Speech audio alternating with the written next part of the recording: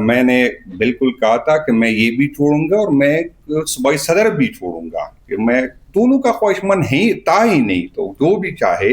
اور جب بیرسٹر گور صاحب خان سے ملنے جا رہے تھے تو میں نے کہا استفسارات لے کے جائے. اس نے کہا ضرورت نہیں، میں خان سے بات کر لیتا ہوں. پر میں نے واٹس ایپ کی. اس بات کا مجھے افسوس ہوا ہے، اور مجھے یہ افسوس ہوا کہ میں پاکستان تحریک انصاف میں کوئی سیاسی خانہ بدوش ہو کے نہیں آیا. جو آج میری کارکردگی دیکھتے ہیں تو میں اسی ٹائم سے تھا جب یہ لوگ تھے بھی نہیں.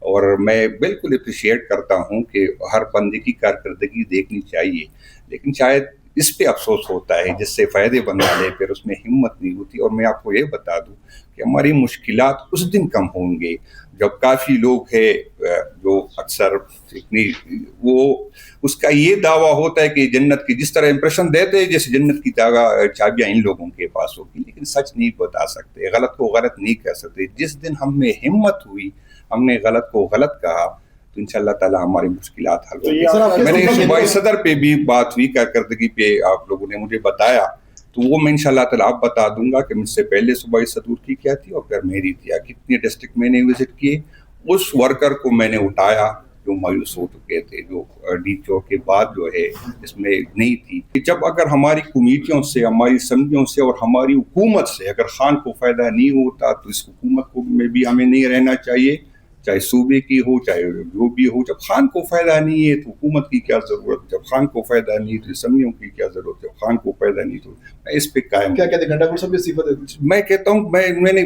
جنرل بات کی کہ جب خان کو کوئی فائدہ نہیں دے سکتے تو میرا خیال ہے اس کے نہیں دیکھنا چاہیے. آج کے بعد جس طرح میری کارکردگی پہ پولیٹیکل کمیٹی وہ دنیا بتائے گی کہ میری کارکردگی کس طرح تھی.